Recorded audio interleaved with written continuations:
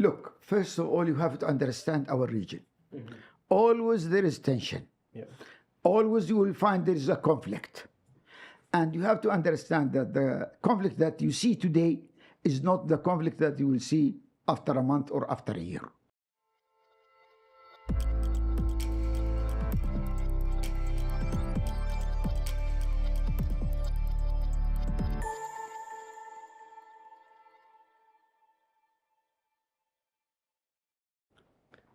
Hey guys, how are you doing? So, today we're with Dr. Ali Rashid Al Nuaimi, who's actually the member of the Chair of Defense, Interior, and Foreign Affairs Committee in the UAE. And he has also been a long-term education leader as well. So, welcome, Doctor. Hello. Well, it's an honor to have this session with you, Omar. Honestly, same here. So, let's get started because you led the education policies in the UAE, right? Well, I'm part of a team. You're part of a Okay, big team. yes. So what did you realize that had to be changed first in the schools in the UAE so that people would modernize, so that it would Look, change for the first better? of all, you have to understand that we are in the UAE, we are part of a region that suffered a lot because of many challenges that faces humanity overall. And one of them is radicalization, extremism, and the missing opportunity for the youth. And we believe that the agent for change in any community is education. This is where, from the beginning, we got our independence in 1971. The leadership had a vision to invest in education and use education as a platform, to provide the new generation with the right tools, with the right skills, with the right attitudes, and to create from them the human being that we want to see everywhere. A human being that, believe that they should be responsible for their community, a human being that respects the rule of law, a human being who understand that we as human beings, we share so many values together. We have to look at each other with respect, with acceptance. And this is where, the educational agent did work in the UAE, where, when the country got independent, we didn't have a university. Yeah. You see, the first university we have in the country was established in 1976, but we were able to invest in that system. Sometimes some people, they are shocked when they see that, females are the majority in our educational system at the higher education. When they look at our medical school and they see 83% of the medical school student body are females. Engineering, 78%. IT, 82%. This is where we invest. And I think it's very important that we continue our investment in the educational system. Whatever value that we want in the new generation, the best tool to use is education. Amazing. And as I know, you also were the chairman of Hidayah. Yes. So can you please elaborate on that a little bit more for the people? Explain what it is. Okay. You see, the world is facing so many challenges. One of these challenges is terrorism, and which we see that, it's everywhere. And we in the UAE, we believe that we will not be able to counter terrorism unless we go to the root of that, which is extremism. And we believe that no single nation will be able to counter extremism and terrorism by itself. We need the engagement of the international community. This is where the UAE was one of the founder of the GCTF, the Global Forum for Countering Terrorism. And in 2011, we hosted the ministerial meeting for the GCTF, and we proposed to create a center to counter extremism. And this is where we start engaging with our region and beyond. Our focus actually was on capacity building for many countries related to counter extremism, and also developing a national CV plan.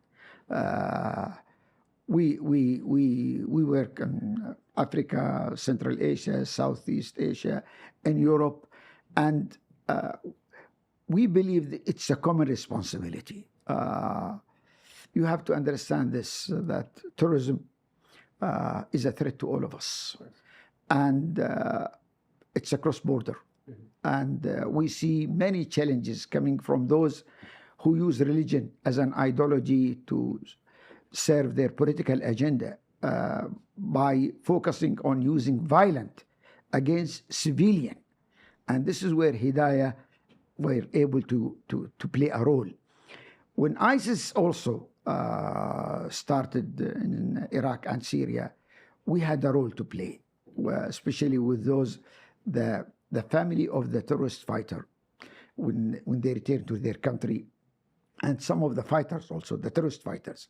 So we were able to develop rehabilitation program with many countries. For the people who were in ISIS. Yes, who were in ISIS, for the families, for the terrorists themselves in many countries.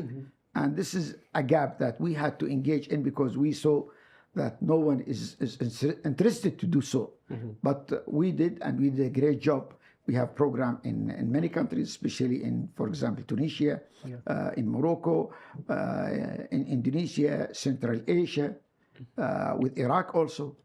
So you learned from those people who came back. You learned what got them there in the first place, or how did you study the person themselves? Well, look, first of all, we know how did they get in.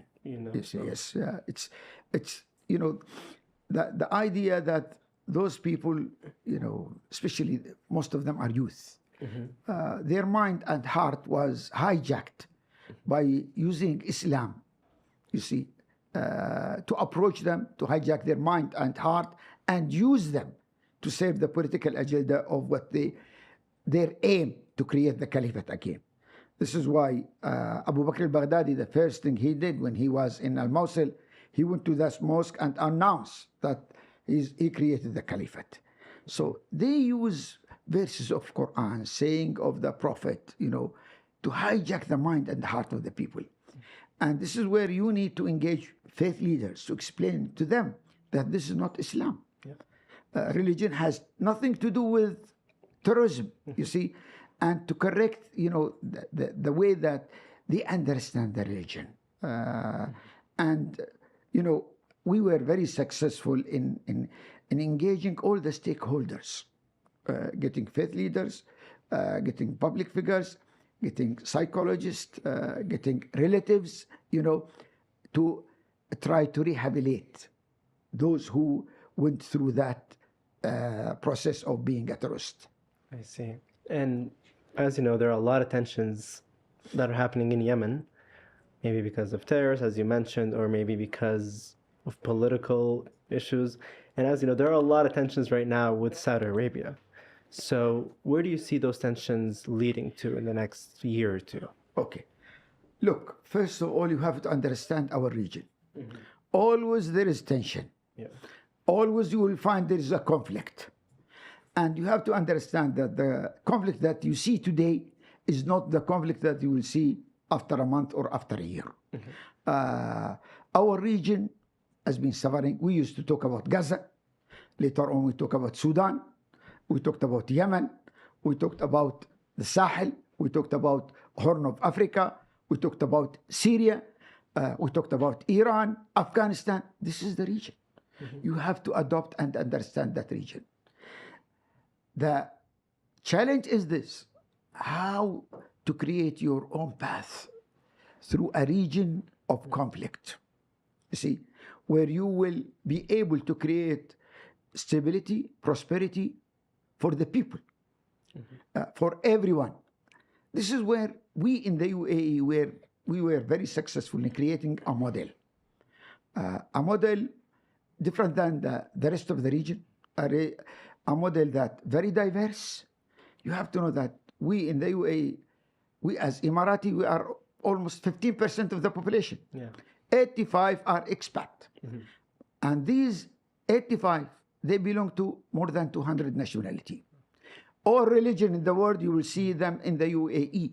You see, different color, different ethnic, but everyone feel safe, respected, accepted as they are. We don't ask anyone to come and change. This is unique in our region. This is where we want everyone to feel that they are welcome and they can fulfill their dream in the UAE as long as they respect the rule of law. You know, sometimes people, they are shocked when they find out that there is more than 75 licensed church in the UAE. When they find out that there is, you know, a Hindu temple, Sikh temple, Buddhist temple, synagogue, and people all are living in peace and harmony. This is the challenge that our region is facing. But that's inside of the UAE itself, right? Yes. Not outside.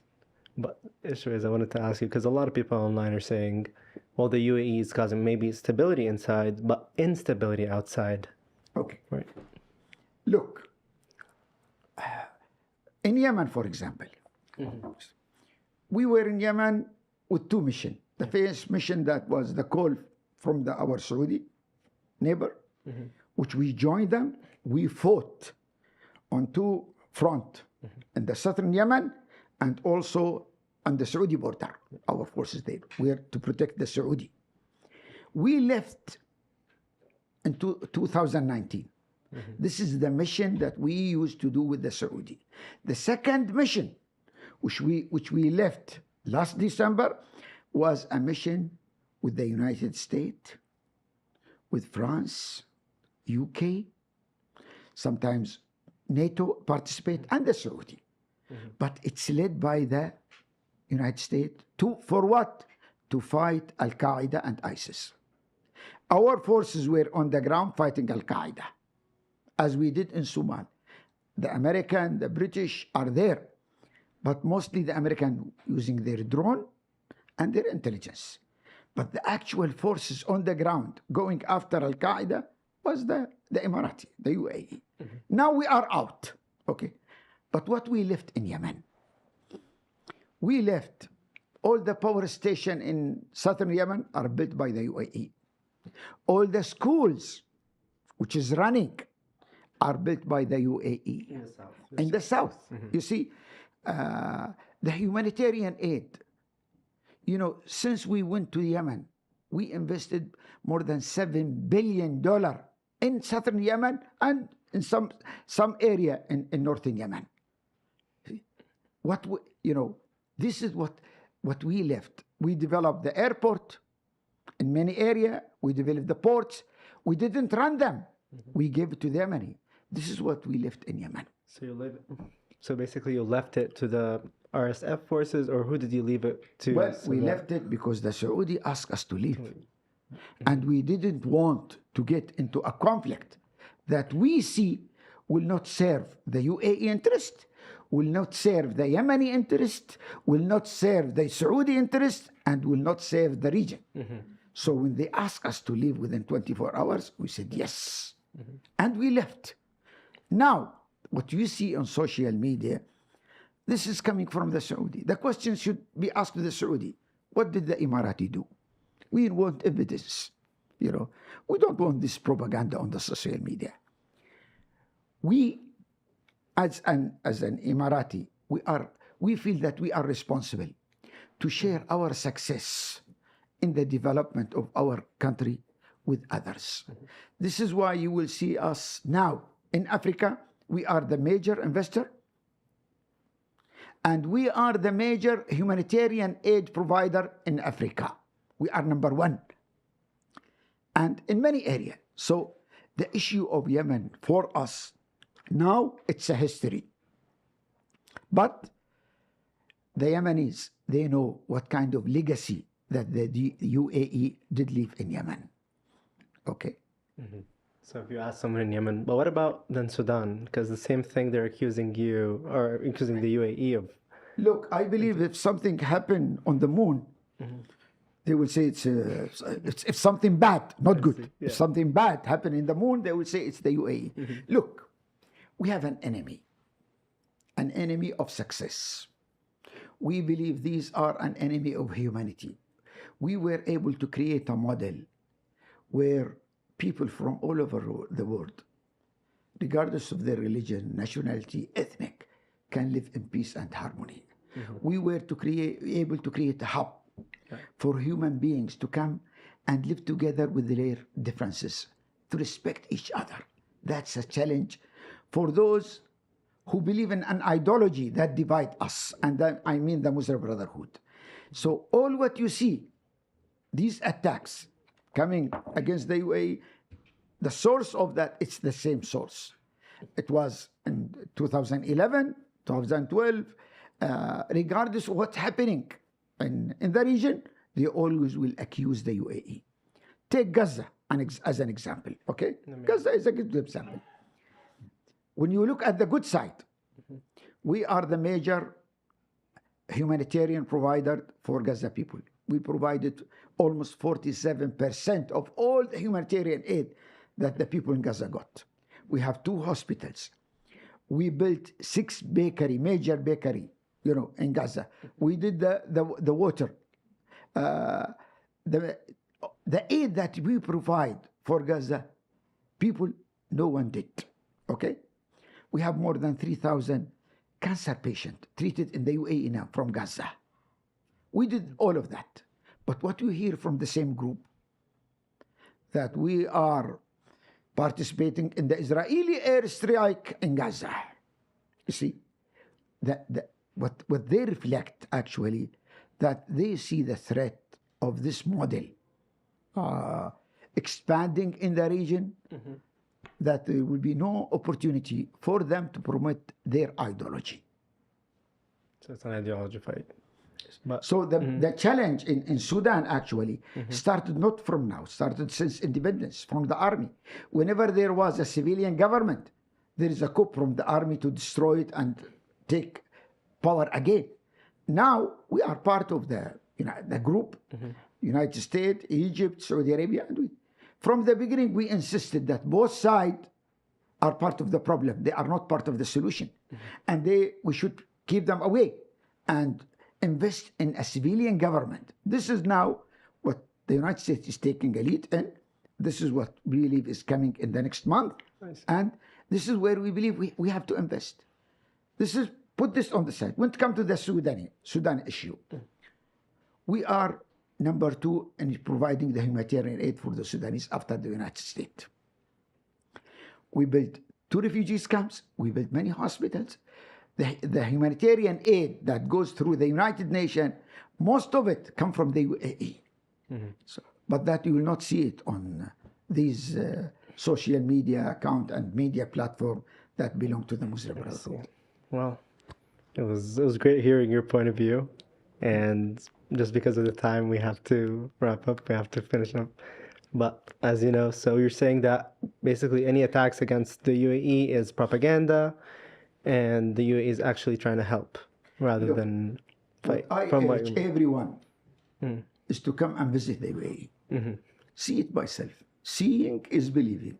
Don't take it from me. Yes. Or look at your friends, relatives who are living in the UAE. Engage with them. Ask them how life is in the UAE, how they see the UAE when they compare it with the region and beyond. Well, definitely gonna need the people's opinion on that, and we're gonna ask you guys, what do you think? And honestly, thank you so much, Doctor, for being here and for sharing your opinion from the UAE. And yeah, that's it for today. Thank you so much. Thank you. Thank you.